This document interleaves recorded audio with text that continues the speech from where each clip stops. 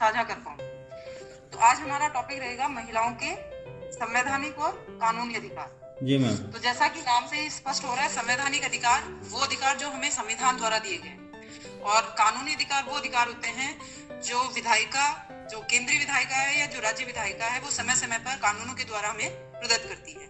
तो सबसे पहले हम बात कर लेते हैं जो संवैधानिक अधिकार महिलाओं को स्पेशली दिए गए हैं। तो इसमें हमारा आर्टिकल 14 आता है क्लियरली।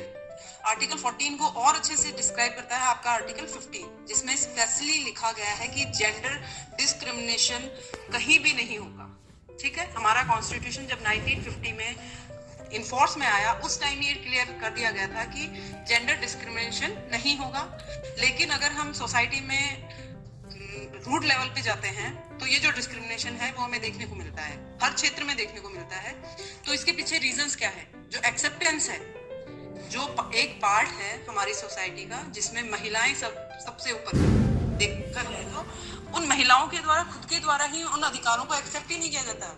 अगर आप किन्हीं महिलाओं को जिनको जानकारी नहीं है, जैसे कि हम बोले अनपढ़ महिला, जिनको हम जब जानकारी देने जाते हैं तो बोलती नहीं हम ऐसा कदम नहीं उठाएंगे, नहीं मैं ऐसा नहीं करेंगे।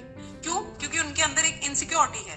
तो आप जो सब लोग हैं, जो 125 लोग हैं, वो कहीं ना कहीं उस ग्रास लेवल पे या उस रूट लेवल पे काम करके ये जो एक चीज है, जो इक्वलिटी वाली बात है, उसको कहीं ना कहीं ऊपर लेके आ सकती है। मुझे ऐसा पूरा, इसमें आपका पूरा योगदान मुझे लगता है, क्योंकि आप उस ग्रास लेवल पे जुड़ के काम कर रही हैं, जहाँ पे हम उन बच्चों को भी अवेयर कर सकते हैं कि महिलाओं के लिए स्पेशली कौन कौन से राइट्स बने हुए हैं, ताकि वो अपने घर पे जाके अपनी माओं को, अपनी जो और ऊपर की जनरेशन है उनको भी बताए कि ये राइट अपने लिए हैं, और अब से नहीं है, बहुत पहले से हैं। लेकिन क्यों नहीं हम इनको अचीव कर पाते हैं? मानना जा रहा है कि हम एक आधा पार्ट बन के हम प्रोग्रेसिव जो सोसाइटी है उसमें काम कर रहे हैं, लेकिन सिर्फ वो जो एजुकेट हो गई हैं या जो इस सोसाइटी वाले, इस डेवलपिंग जो या प्रोग्रेसिव जो पार्ट है उसका जो पार्ट बन चुकी है, सिर्फ उन वुमेन्स की बात करें तो वो फिर भी अपना योगदान दे रही है। लेकिन अगर हम बात करें जो इलिटरेट हैं या जो प्रोग्रेसिव वे में नहीं आ पा रही है,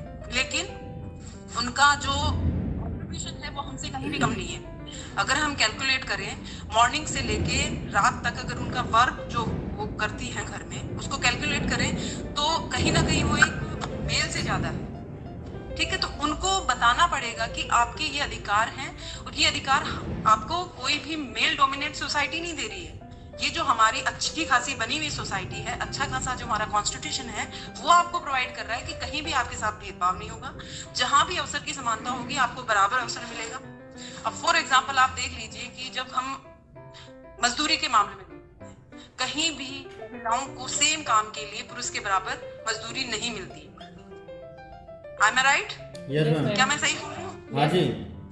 आप सब इस बात से सहमत है ना कि सेम वर्क अगर महिला कर रही है तो उस सेम वर्क के लिए उसको सेम पे नहीं मिल रहा है। मैम गवर्नमेंट जॉब के अलावा गवर्नमेंट जॉब में सेम है, और गवर्नमेंट तो कंपल्सरी हो गया है, क्योंकि 1971 में आपका एक्ट आ चुका है, जिस एक्ट में क्लियरली कर दिया गया है कि समान कार्य के लिए समान वेतन दिया जाएगा। तो गवर्नमेंट जो एजेंसीज हैं वो तो मना ही नहीं कर सकती इस चीज के लिए। लेकिन वही मैं आपको बताना चाह रही हूँ कि हर काम गवर्नमेंट के थ्रू नहीं हो रहा है। मोर देन 50% जो वर्क्स होते हैं वो प्राइवेटली हो रहे हैं, सेपरेटली हो रहे हैं, तो वहां उनको equal pay for equal right नहीं हो रहा है। ठीक है, तो इस चीज को उनको बताना पड़ेगा, उन महिलाओं को अवेयर करना पड़ेगा कि आप जो काम कर रही हैं और पुरुष के समान है।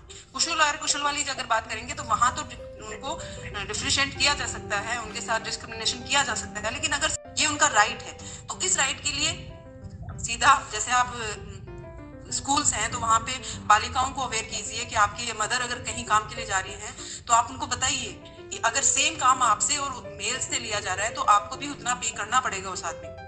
ठीक है, तो वो जो उसमें जो भय की स्थिति है या जो उसमें अनिश्चितता है कि आज अगर मैं बोल दूंगी तो हो सकता है कल मेरे को काम नहीं मिलेगा, जो सबसे बड़ी समस्या है, महिलाएं उजागर होके क्यों नहीं आ पाती है? उन्हें कहीं ना कहीं भय होता है कि आज मेरे को अगर ये जो काम मिल रहा है, हो सकता है मैं मुखर होंगी तो कल को ये मेरे को काम नहीं मिलेगा। लेकिन एक महिला के साथ ये समस्या है, सभी महिलाएं अगर ऐसा करने लग जाएंगी तो ये समस्या भी खत्म हो जाएगी। तो पहली जो चीज है जो हमारे कॉन्स्टिट्यूशन में दी गई है, जो हमारे नीति निर्देशक तत्व है राज्य के 39 का जो डी है, वो क्लियरिफाई करता है कि equal pay for equal work, जो काम समान है उसके लिए समान पे होगा। ठीक है। फिर फर्दर जो चीजें हैं कि महिलाओं की परिस्थिति को सुदृढ़ करने के लिए स्टेट के पास पावर है कि वो डिस्क्रिमिनेशन कर सकता है, जिसका कि बहुत अपोज होता है, बहुत बार अपोज होता है कि अच्छा महिला है, महिला कोटे से लग गई होगी। अच्छा, बहुत सा हम अगर वर्किंग वुमेन्स है तो हमने कई बार सुना होगा कि वुमेन्स उसमें आई होंगी, तो वुमेन्स में क्यों आई है? स्टेटस हमारा इक्वल टू मेल करने के लिए चीज की गई है। हमें कोई एक तरह से ग्रेचुइटी नहीं मिलेगी, हमें ना ये दान दिया गया है, ये हमारा राइट है जो हमें दिया गया है और उसका अचीव हम उसका या एक तरह से हम देखें कि उसकी अपॉर्चुनिटी को हम कंज्यूम कर रहे हैं। क्यों? क्योंकि हम हैं योग्य, हम कैपेबल हैं, इसलिए उसको योग्य कर पा रहे हैं। कोई हमें खैरात में मिली हुई चीज नहीं है, हमारा राइट है। अगर बात की जाए पंचायती राज में जो आरक्षण की है 50% कर दिया गया है, तो एज ए राइट मिला है। अगर महिला सरपंच बन के आती है तो उसका राइट है ना कि उसको खैरात में दी गई चीज है कि हाँ भाई महिलाओं को भी आगे बढ़ा दिया गया। कैसे बढ़ा दिया गया?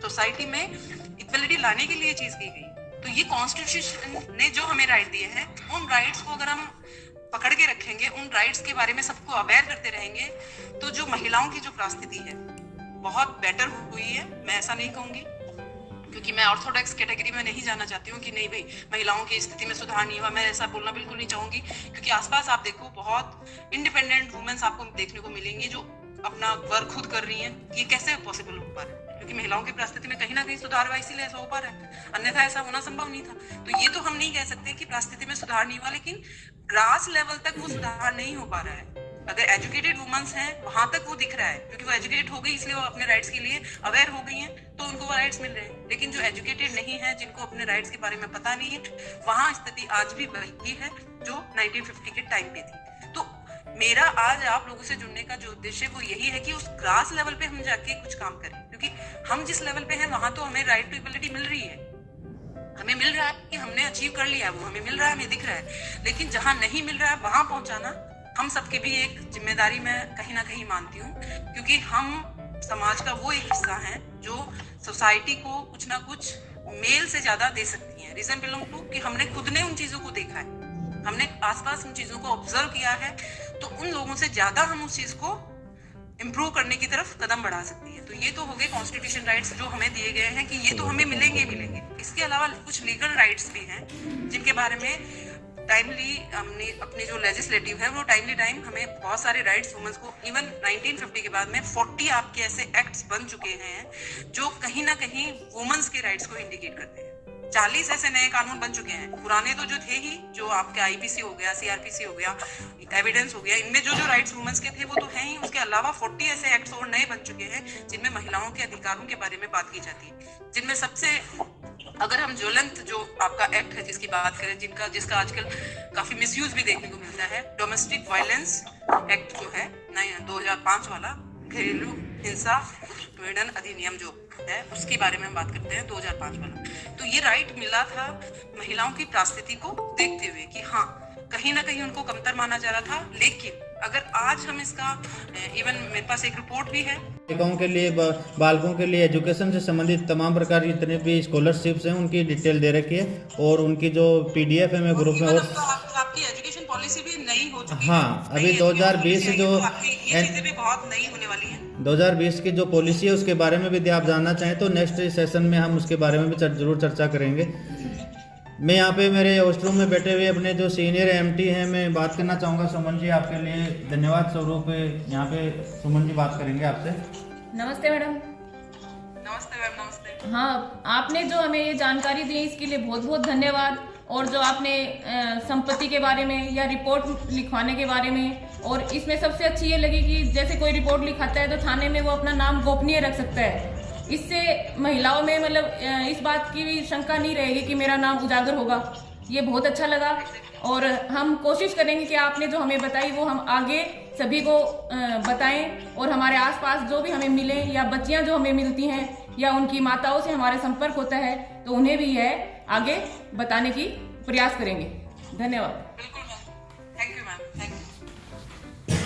धन्यवाद मैडम, थैंक यू जुड़ने के लिए। अभी हम कंटिन्यू रखेंगे आगे का। सेल्फ डिफेंस के अंदर जो पंच मारे जाते हैं, पंचेस जो मारे जाते हैं, जिसमें 3 तरह के होते हैं, अपर पंच, मिडिल पंच और लोअर पंच। 3 तरह के पंच होते हैं। उसका डेमो के साथ तीन जो हमारे एमटी है वो डेमो दे रहे हैं, तो डेमो के साथ आपको मैं यहाँ पे बता रही हूँ। सबसे पहले हम अटैक करने के लिए पोजीशन ली जाती है, यानी हम अलर्ट होते हैं कि मान लीजिए कि आप जा रहे हैं तो एकदम से ऐसे थोड़ी ना हाथ नीचे से ऐसे घुमा देंगे तो वो नहीं लगे। तो सबसे पहले आप अलर्ट होएंगे। तो मैं बोलूंगी, ये हमारे जो साथी है ये कर रहे हैं, तो अलर्ट पोजीशन क्या होगी, ध्यान से देखिएगा आप। टोली अलर्ट हो, ये पोजीशन है इनकी, आप देख रहे हैं। आप देखिए एक बार, ये थोड़े घुटने झुकाने हैं और ये अंगूठी को आपको इसको बंद करना है, तो ये अंगूठा यहाँ पे आना चाहिए, न खड़ा होना चाहिए, न अंदर करना है, यूं। अब आप इनको देख रहे हैं, इनके पांव खुले हुए हैं, घुटने मुड़े हुए हैं, जो पीछे पीठ कमर का हिस्सा है वो बिल्कुल सीधा है, जो मुट्ठी बंद है। तो मुट्ठी बंद में आप देखिए, अगर ये अंगूठा यूं रहेगा तो जैसे अभी मैडम ने बताया, अगर अंगूठा इस तरह से रहेगा तो वो आपके ही घातक रहेगा। तो आपको अंगूठा, ये जो चारों उंगलियां होती है, इनके ऊपर से इस तरह से लेना। तो ये अलर्ट की पोजीशन है, कमर के अगल बगल में दोनों हाथ आ गए। अब सबसे पहले ये आपको अपर पंच मारेंगे। अपर पंच स्टार्ट। इसमें हमारे अंदर से जितनी हमारे अंदर ताकत है, उस ताकत के साथ जब हम साउंड करते हैं, अटैक करते हैं, जैसे आप देखते होंगे रस्साकसी में जोर लगा के हाइशा, तो हाइशा बोलते हैं, सबका जोर एक साथ लगता है। तो इसमें जो आवाज आती है हमारे अंदर से कि खेड, तो एकदम से आवाज आती है। तो जितना हमारा पंच में जो पावर है वो अपने आप ही ज्यादा जाता है। ये अपर पंच। इसके बाद में मिडिल पंच स्टार्ट। ये मिडिल पंच यानी बीच में जाकर वार करेगा। इसके बाद में लोअर पंच स्टार्ट। ये नीचे की ओर वार करने के लिए। अब आप तीन जो आपको दिखाए गए अपर पंच यानी चेहरे के ऊपरी हिस्से पर वार करने के लिए इस्तेमाल किया जाता है। मिडिल पंच शरीर के बीच यानी पसलियों पर और पेट में वार करने के लिए इस्तेमाल किया जाता है। और लोअर पंच शरीर के निचले हिस्से पर वार करने के लिए इस्तेमाल किया जाता है। आपके पंच में अगर पावर होगी तो 2 या 4 पंच में ही अगला सामने वाला धराशायी हो जाएगा। लेकिन ये पावर ऐसे ही नहीं आएगी, ये पावर आएगी प्रैक्टिस से। वेट मायने नहीं रखता है। मान लीजिए आप ये कहेंगे मेरे में 40 किलो वेट है, मेरा कितना ट्रांसलेट, हम अपने बॉडी वेट को पंच में कितना ट्रांसलेट कर सकते हैं, पावर उसमें आएगी। जैसे हम मैरी कॉम को देखते हैं, आप उनके पंचेस की जो स्पीड देखिए, तब उस पंच में अपने आप ही पावर रहेगी। तो इसका एक बार पूरा एक साथ ये डेमो चलेगा, आपको भी यही प्रैक्टिस करनी है। फिर ये मतलब एक एक ऐसे एक बार में नहीं। अब कंटिन्यू टोली अलर्ट, कंटिन्यू डेमो स्टार्ट। खे खे खे खे खे खे 10 काउंट। एक बार फिर से आप देखिएगा, कंटिन्यू तीनों पंचेस होंगे, अपर पंच, मिडिल पंच और लोअर पंच। यस, टोली अलर्ट। 10 बार। Punches start. खे खे खे खे खे खे खे खे खे खे खे। से देखिएगा एक बार फिर से, जो हमारी एमटी स्टोली है वो आपको ये करके दिखा रहे हैं। तो आप ध्यान दीजिएगा लेफ्ट और राइट दोनों पे। पंच तो चल ही रहा है, उसके साथ आप दूसरे हाथ को भी देखिएगा कि उसकी भी मुट्ठी बंद रहती है और उसी गति से पीछे और आगे की ओर ये जाते हैं। तो फिर से एक बार हमारी टोली आपको डेमो दे रही है। आप साधारण खड़े हैं पहले, और जैसे ही हमें आप वार करने के लिए तैयार होना है तो टोली अलर्ट, पंचेस स्टार्ट। खे खे खे खे खे खे खे खे खे खे खे। रिलैक्स। आपने देखा इनके दोनों पंचेस चल रहे थे साथ में। हंसा जी कर रहे हैं, शायद होलिया के पास के। मैडम सॉरी अगर मैं नाम गलत बोल रही हूँ, तो हाँ आप कर रहे हो, बहुत अच्छी बात है। तो अब आप देखिए, इसको निरंतर करना है। मतलब ये नहीं है कि हमने 1 बार 2 बार 4 बार किया, ऐसे नहीं है। आप लगभग कितने राउंड कर सकते हो, 20 राउंड, 25 राउंड, 30 राउंड। आपके पंचेस में तभी जान आएगी। फिर इसका दूसरा जो अब हमें अगर ये देखना हो कि हमारे पंच में कितनी जान आ रखी है, आप घर के ऊपर घर में बॉक्सर को देखते हैं आप टीवी में, बहुत बार आपने देखा होगा कि एक मोटा सा गद्दा सा होता है, उस पर पंच मारते हैं, वो कितनी दूर हिलता है। सामने वाले को उसको या तो आप पकड़ा दीजिए, नहीं तो आप उस पर धीरे धीरे मार के प्रैक्टिस करेंगे तो अपने आप ही आपके पंचेस में पावर आएगी। और इसका नियमित रूप से अभ्यास कीजिए। जैसे हम योगासन का अभ्यास करते हैं, पहले दिन हम सही से अनुलोम विलोम नहीं कर पाते, या हम व्यायाम का अभ्यास करते हैं तो हम सही से ताड़ासन वृक्षासन नहीं कर पाते, हम एक टांग पे खड़े होने की कोशिश करते हैं और पैर हमारे डगमगाते हैं। तो यही स्थिति इन पंचेस के साथ है। पहले दिन आप करेंगे, आपके हाथ में पावर और गति नहीं आएगी, लेकिन आप नियमित रूप से अभ्यास कीजिए। 3 तरह के पंच मैंने आपको बताए हैं, एक बार फिर से मैं रिपीट कर रही हूँ। सबसे पहले आप देखिए, हमारी टोली आपको अपर पंच पोजीशन में रहेगी। मैडम जी तो साइन कर रहे हैं एक। सबसे पहले हमारी टोली अपर पोजीशन, जो अपर पंच है उसकी स्थिति आप देखिए। यस, टोली अलर्ट, अपर पंच स्टार्ट, यही पे रुको इसी पोजीशन पे। अब आप देखिए, इनके हाथ ऊपर की ओर है और दूसरा हाथ बिल्कुल मुट्ठी बंद के साथ है।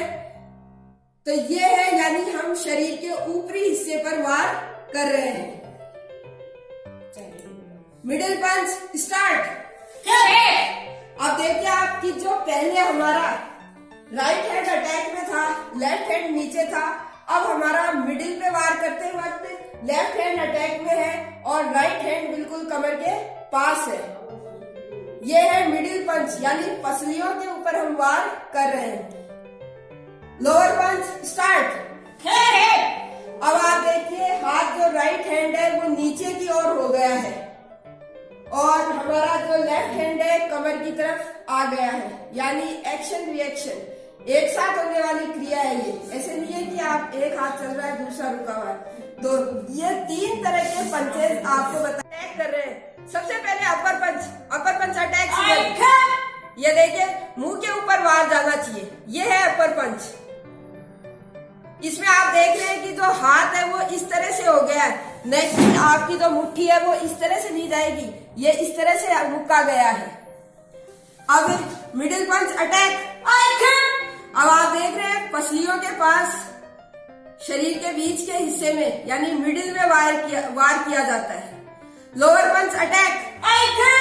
अब ये शरीर के निचले हिस्से की तरफ वार किया जाता है। जो जीवन कौशल है उसमें 10 प्रमुख कौशलों की सूची दी गई है कि किशोर अवस्था के दौरान कौन कौन से 10 प्रमुख जो जीवन कौशल है उनका विकास होता है। जो 10 कौशल है उनके नाम मैं बोल रही हूँ। आत्म जागृति, समानुभूति, समीक्षात्मक विचार, सृजनात्मक विचार, निर्णय क्षमता, समस्या समाधान, अंतर्वैयक्तिक संबंध, प्रभावी संवाद, तनाव प्रबंधन, संवेदनाओं का प्रबंधन। सुबह जैसे की बात आई थी, एक मैडम कह रहे थे कि दबाव महसूस करते हैं, तो ये दबाव हमारा जो जीवन कौशल का विकास हुआ था किशोर अवस्था के अंदर, उस समय कहीं न कहीं हम इस कौशल को सही रूप से सीख नहीं पाए, अन्यथा हमारे ऊपर किसी तरह का कोई दबाव हम महसूस नहीं करते। अगर जीवन कौशल के दौरान हम जो हमारा किशोर अवस्था में जो विकास चल रहा था, यानी जो परिभाषा है, WHO जो परिभाषा दे रहा है, वे क्षमताएं जो सकारात्मक व्यवहार को अपनाने के लिए तैयार की जाती हैं और जिनसे व्यक्ति को प्रत्येक मांग और चुनौती का दैनिक जीवन में पूरा करने में मदद मिलती है, ये किशोर अवस्था होती है। WHO तरीके से उसको हमें रखना चाहिए, तो हमारे पास ये कभी दिक्कत ही नहीं आएगी कि ये काम करने के लिए, भाई मेरे पास तो ये काम करने के लिए टाइम ही नहीं है। अगर हमारा टाइमिंग मैनेजमेंट बिल्कुल अच्छे से चलेगा तो हमारे पास काम करने को टाइम ही टाइम रहेगा। इसलिए आप अपने जो टाइमिंग शेड्यूल है उसको आप एक बार जरूर देखिए कि हाँ कौन सी चीजें आपके लिए महत्वपूर्ण है, उनको आप पहले वरीयता दीजिए, जो चीजें कम महत्वपूर्ण है उनको आप बाद में कीजिए। तो इस तरह से आपके पास समय की कभी अभाव नहीं रहेगा और कोई आपकी महत्वपूर्ण चीज है वो कभी छूटेगी नहीं कि इस कारण मेरे पास समय नहीं था और मैं ऐसा नहीं कर सकी। खुद को समय दीजिए, खुद के स्वास्थ्य के लिए समय दीजिए। जो योग का 10 मिनट का 15 मिनट का वो रख दिया गया है, सूर्य नमस्कार भी रख दिया गया है। अब आपकी ये दिक्कत आती होगी कि आधे घंटे के प्रार्थना में आप योग कराएं या सूर्य नमस्कार कराएं या सूक्ष्म व्यायाम कराएं, तो उसका एक आसानी सा तरीका है। आप अगर आपके पास समय अधिक है, थोड़ा थोड़ा सब में से लीजिए, और अगर आपके पास समय कम है तो आप मान लीजिए एक दिन आपने योग की गतिविधियां कराई, उसमें जितना समय उतनी गतिविधियां करवाइए। अगले दिन आपने सूक्ष्म व्यायाम के कुछ स्टेप्स करवाए, उससे अगले दिन आपने योगासन, बच्चों सीखेंगे तो सही, आपने मान लीजिए एक दिन वृक्षासन कराया, ताड़ासन कराया, अगले दिन आपने त्रिकोणासन कराया, अर्ध चक्रासन कराया या चक्रासन कराया, फिर नेक्स्ट डे एक दिन आप सूर्य नमस्कार कराइए। तो इस तरह से रोटेशन में बदलते हुए बच्चों को वो सभी क्रियाएं आप आसानी के साथ सिखा सकते हैं। और उनको कहिए कि वो नियमित रूप से इसका समय, जब भी उनके पास सुबह उनको समय रहे तो वो आधे घंटे इसका अभ्यास करें, तो उनकी जो फिटनेस है वो वास्तव में बहुत अच्छी रहे। और अगर आप भी इसका पालन करेंगे तो आपकी जो फिटनेस है वो भी बहुत अच्छी रहेगी। कुछ लोग ये कहते हैं कि हमारे पास समय नहीं है, ये ऐसा हर सफल व्यक्ति के पास भी वही 24 घंटे होते हैं जो काम करता है, और हर असफल व्यक्ति या जो ये कहते हैं समय नहीं, उनके पास भी वही 24 घंटे होते हैं। तो हमें हमारे समय का सदुपयोग करना। इन प्रकार के जो बातें बताई गई हैं वो एक राज्य के बच्चों के लिए विशेष उपबंध करने की शक्तियां प्रदान करता है, और जिसमें बच्चों के किशोरावस्था को दुरुपयोग न हो और बच्चों को शोषण से बचाया जा सके, ये तमाम प्रकार की जानकारियां भी दी गई हैं जो पॉक्सो एक्ट के अंदर ही आते हैं। यहाँ पर हमने बात की थी कि जिस प्रकार गुड टच और बैड टच का वीडियो दिखाया गया था, वो सारी जानकारी हम बच्चों के साथ शेयर कर सकते हैं। और यहाँ पर जो अनुच्छेद 15 के अंदर जितनी भी जानकारियाँ दी गई हैं, विशेष उपबंध में जो शक्तियाँ प्रदान करते हैं, जिसके अतिरिक्त भी अनुच्छेद 39 के अंदर भी अन्य प्रकार के उपाबंध इस पॉक्सो एक्ट से संबंधित दिए गए हैं, जो राज्य अपनी नीतियों को उस प्रकार से संचालन करना सुनिश्चित करेगा। यह पॉक्सो एक्ट केवल और केवल 18 वर्ष से कम बालक बालिकाओं के लिए ही नहीं, यह राज्य को भी पाबंद करता है। ये संविधान और अपने सरकारी संस्थान है उनके अंदर भी पाबंद करने के लिए उपाबंध दिए गए हैं। बच्चों के साथ में यह दुर्व्यवहार न हो और साथ ही बच्चों के शोषण की रक्षा की जाए, इस पे यह पॉक्सो एक्ट विशेष रूप से जोर देता है, जिसमें कि वे स्वतंत्र और गरिमामय वातावरण में अपना स्वास्थ्य का विकास कर सकें और डेवलपमेंट हो सके। हाँ, मैं आपको बताना चाहूँगा कि 11 दिसंबर 1992 के अंदर भारत सरकार अनुसामर्थिक बच्चों के अधिकारों से संबंधित संयुक्त राष्ट्र सम्मेलन में सभी राज्य जो पक्षकारों ने अपनी अपेक्षा की थी, वे बच्चे की किसी भी विधि और विधान के द्वारा लैंगिक क्रियाओं में लाने से किसी प्रकार की प्रक्रिया या व्यवधान न हो, किसी वेश्यावृत्ति में बच्चों के शोषणात्मक उपयोग से रोकने और अश्लील क्रिया या सामग्री से बचने के दुरुपयोग को रोकें। ये तमाम जानकारी इस पॉक्सो एक्ट के अंदर दी गई है। पॉक्सो के अंदर बच्चे में से कोई व्यक्ति अभिप्रेरित है जिसकी आयु 18 वर्ष से कम है। यहाँ पर इस प्रकार का एक पॉक्सो एक्ट में जो कानून बनाया गया है, हाँ जी, कोई बोलना चाह रहा है? 18 वर्ष से कम आयु के बच्चों के लिए यह पॉक्सो एक्ट जो है लैंगिक अपराधों की जो श्रेणी है उसकी मैं यहाँ पर बात करना चाहूँगा। पॉक्सो एक्ट के अंदर यहाँ पर प्रवेशन, लैंगिक हमला जिसे हम बलात्कार भी कहते हैं, कम से कम 7 वर्ष या अधिकतम आजीवन कारावास और जुर्माने से दंडित किया जाएगा, यहाँ पर इसमें दिया गया है। गुरुतर जो प्रवेशन लैंगिक हमला है, कम से कम 10 साल या अधिकतम आजीवन कारावास या जुर्माना भी इसमें सम्मिलित किया गया है। ये इसके अलावा दूसरी जो कड़ी है उसकी मैं बात करूंगा, लैंगिक हमला। यदि कोई व्यक्ति लैंगिक हमले के आशय से बच्चे के किसी निजी हिस्से या स्पर्श करता है या बच्चों को ऐसे व्यक्ति या अन्य गुप्तांग को स्पर्श करने हेतु बाध्य करता है जिससे शारीरिक संपर्क हो, ऐसी स्थिति में 3 से 5 वर्ष तक का कारावास और जुर्माने का प्रावधान पॉक्सो एक्ट 2012 में दिया गया है। यहाँ पर यदि हम लैंगिक उत्पीड़न की बात करें, यदि कोई व्यक्ति लैंगिक उत्पीड़न से आशय मेरा ये है कोई भी शब्द, ध्वनि या कोई अंग विक्षेप करता है किसी बच्चे को उसकी शरीर या कोई भाग प्रदर्शित करवाता है या पोर्नोग्राफी दिखाता है या किसी माध्यम से बच्चे का पीछा करता है, अश्लील संयोजकों के लिए बच्चे को प्रलोभन देता है, उसके लिए पारितोषित करता है या वाणिज्यिक प्रयोग हेतु अश्लील सामग्री का भंडारण, इन सभी चीज़ों के लिए यहाँ पर 3 से 7 वर्ष के कारावास और जुर्माने की प्रावधान पोक्सो एक्ट में दिया गया है। यदि कोई व्यक्ति ऐसे अपराधों के लिए दुष्प्रेरित करता है जो लैंगिक अपराध करने के लिए उकसाता है या षड्यंत्रपूर्ण इस प्रकार की गतिविधियों में सम्मिलित होता है या ऐसे अपराध किए जाने के लिए सहमति देता है, तो ऐसा व्यक्ति दुष्प्रेरण के लिए दंडित किया जाएगा। यह पोक्सो एक्ट में लिखा गया है। या फिर हम बात करें कि ऐसे किसी भी दंडनीय अपराध को करने का प्रयत्न करने के लिए भी दंड दिया जाता है। दंडित या जो अपराध करता है उसके साथ साथ उसको उकसाना या प्रेरित करने वालों के लिए भी पोक्सो एक्ट के अंदर कानून बना हुआ है। यहाँ पर हम यदि पोक्सो एक्ट के अंतिम चरण की यदि बात करें तो इसमें रिपोर्ट दर्ज करने का क्या प्रावधान है उसकी यदि हम बात करें तो किसी भी व्यक्ति द्वारा लैंगिक अपराध होने की आशंका या जानकारी होने की स्थिति के अंदर विशेष किशोर पुलिस या स्थानीय पुलिस के अंदर हम इसकी जानकारी दे सकते हैं। रिपोर्ट सरल भाषा में लिखी जाएगी, बच्चे को सूचना देने वाले को सुनवाई जाएगी और उसमें अनुवादक का भी प्रावधान है जो सूचना दे रहा है उसके बारे में। और यहाँ पर यदि कोई दूसरी लैंग्वेज के अंदर यदि रिपोर्ट लिखी जा रही है तो उसको अनुवादक ट्रांसलेटर तक भी उपलब्ध करवाया जाएगा। पुलिस बच्चे की देखरेख और संरक्षा के लिए तुरंत व्यवस्था करेगी। संरक्षक गृह या अस्पताल में भर्ती करवाएगी। 24 घंटे के भीतर बाल कल्याण समिति और विशेष न्यायालय या सेशन न्यायालय को रिपोर्ट प्रस्तुत किया जाएगा। मीडिया, होटल, अस्पताल, क्लब, स्टूडियो या छायाचित्रण से संबंधित संविधानों का कोई कार्मिक जैसे लैंगिक शोषण से संबंधित किसी सामग्री की जानकारी हो तो वह पुलिस को शीघ्र सूचना देगा, अन्यथा ऐसा न करने पर वह भी दंड का भागीदार हो।